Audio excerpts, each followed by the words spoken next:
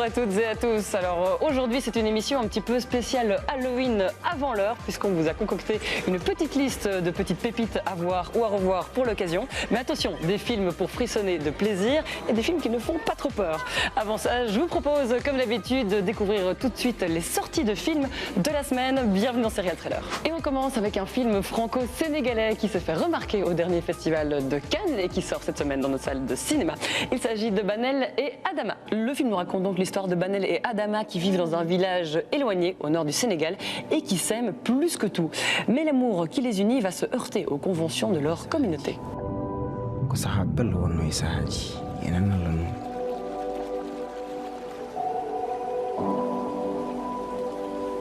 Autre film présenté à Cannes et qu'on attendait avec impatience qui vient de débarquer dans nos salles, il s'agit de L'été dernier de Catherine Breillat.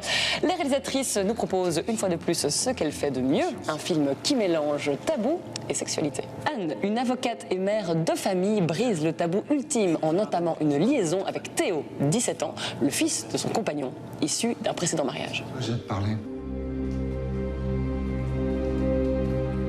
J'ai eu des vrais échanges avec Théo. Il m'a dit que vous deux, que tu as eu une liaison avec mon fils. En ce moment, l'excellente Camille Cotin est partout, et tant mieux puisqu'on l'adore. Et cette semaine, elle est à l'affiche d'un drame familial bouleversant qui s'appelle Tony en famille. Tony élève seule ses 5 enfants depuis 20 ans. Aujourd'hui, ses 2 aînés s'apprêtent à rejoindre l'université. Alors, elle s'interroge, que fera-t-elle quand ils auront tous quitté le foyer? À 43 ans, est-il encore temps de reprendre sa vie en main? Je suis tellement fière d'être votre mère. Je peux pas être que ça. On les croyait trop vieux, presque morts et enterrés, mais non, détrompez-vous, ils sont de retour et increvables. Les Expendables reviennent pour un 4e film avec un peu plus de rythme, mais surtout toujours autant de muscles et de testostérone pour nous en mettre plein la tronche. Nouveaux membres et nouveau style pour ce nouvel opus explosif. Côté casting, on retrouve Stallone, Statham et cette fois 50 Cent.